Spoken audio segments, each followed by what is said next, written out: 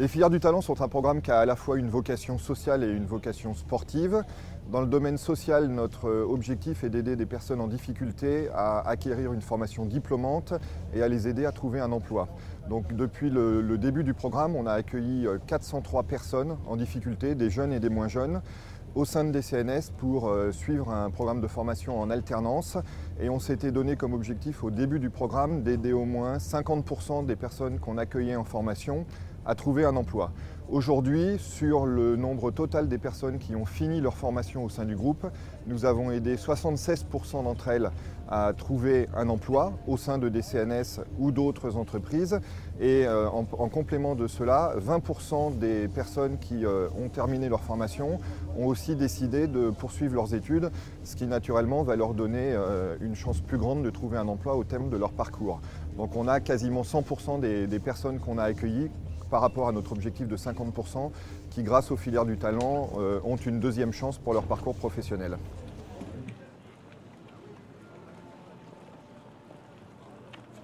Le volet sportif des filières du talent a toujours eu pour objectif d'être au service du volet social. Le volet social du programme est vraiment notre priorité et le volet sportif nous aide à plusieurs égards à mettre ce volet social en œuvre. En premier lieu, il nous aide à communiquer sur la thématique sociale qu'on a choisie pour le volet social et à faire mieux connaître cette thématique dans la société française et au sein des bassins d'emploi où DCNS est implanté.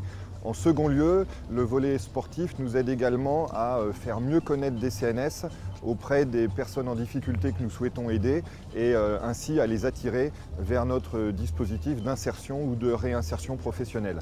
Et c'est pour ça que le volet sportif des filières du talent est toujours un miroir exact du volet social.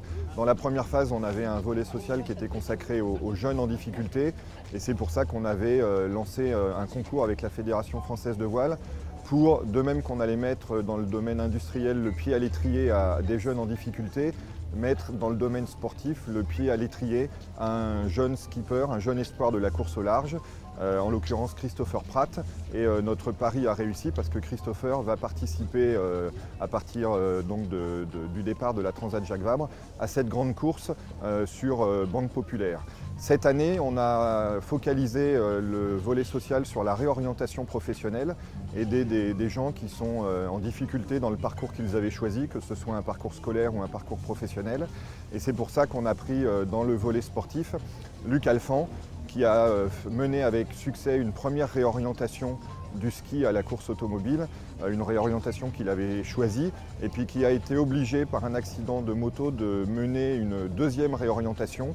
Et cette réorientation, il a choisi de la mener avec DCNS, du sport automobile vers la course au large. Et nous avons donc pris Luc Alphand au sein des filières du talent. Il est formé par Marc Tiercelin depuis le début de l'année 2011. Et Luc aujourd'hui a déjà parcouru 11 000 milles, soit l'équivalent d'un demi-tour du monde, sur DCNS 1000. Et j'en profite aussi pour rendre hommage à Marc qui, pour la 4e année, met un peu entre parenthèses sa propre performance individuelle pour se mettre au service de la formation d'un autre marin, en l'occurrence avec Luc, d'un apprenti navigateur.